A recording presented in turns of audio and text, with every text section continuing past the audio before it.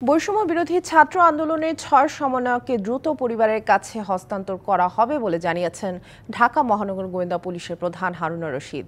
দুপুরে মিন্টো রোডে ডিবি কার্যালয়ে সাংবাদিকদের প্রশ্নের জবাবে একথা জানান তিনি। এ সময় হারুন জানান, গোয়েন্দা হেফাজতে কারোর সাথে কোনো অসৌজন্যমূলক আচরণ করা হয়নি। সমন্বয়কদের নিরাপত্তা নিশ্চিতেই তাদের গোয়েন্দা পুলিশের তত্ত্বাবধানে রাখা হয়েছে। এর আগে ৬ জন সমন্বয়কের পরিবারের সদস্যরা তাদের সাথে দেখা করেছেন।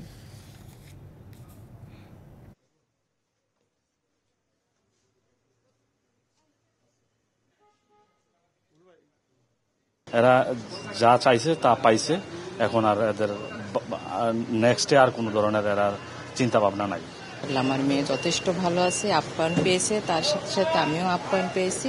না, ভালো আছে, ভালো আছে, যথেষ্ট ভালো আছে, ওরা সুষ্ঠু স্বাভাবিক আছে, কোনো প্রেশার হয় নাই, স্বেচ্ছায় খুব ভালো আছে।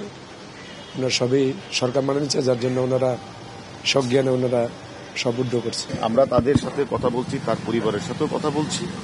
আমরা মনে করি তারা শীঘ্রই তারা তাদের পরিবারের কাছে চলে যাবে, যদি আমরা তাদের সিকিউরিটি বিষয়টা দেখছি।